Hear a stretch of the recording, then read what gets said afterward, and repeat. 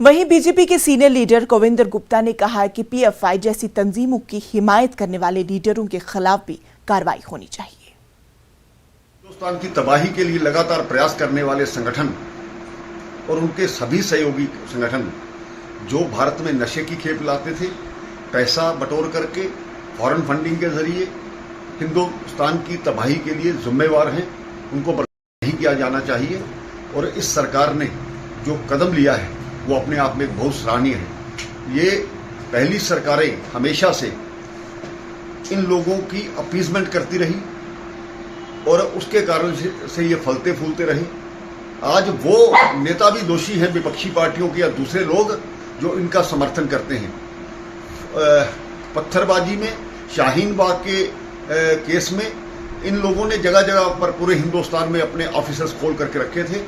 तो देश में एक मजबूत सरकार है नरेंद्र मोदी जी के प्रति, जो एक श्रद्धा है उसको अब समझना चाहिए और आने वाले समय में ऐसे संगठनों के लिए हिंदुस्तान से बाहर की जगह है और खास करके जो नेता इनका समर्थन कर रहे हैं उन पर भी एक्शन लेने की जरूरत है।